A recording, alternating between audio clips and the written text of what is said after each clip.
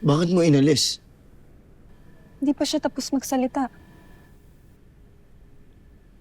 Ayos na yun. Puro papuri yung mga sinasabi niya eh. Ang mahalaga nakatulong tayo. Magandang lalaki ang isang yun, Tera. At hangang-hanga siya sa'yo. Baka siyang nararapat para sa'yo. Ate, tinulungan ko lang yung tao. At wala tayong oras para sa mga ganyan.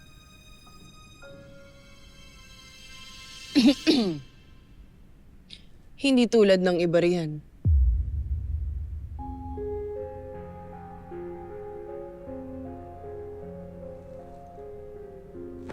Nandito tayo para sa misyon natin. Good answer. Tigil-tigilan niyo muna yung pag-ibig na yan, ha? May mission pa tayo. Mabuti pa, magpahinga.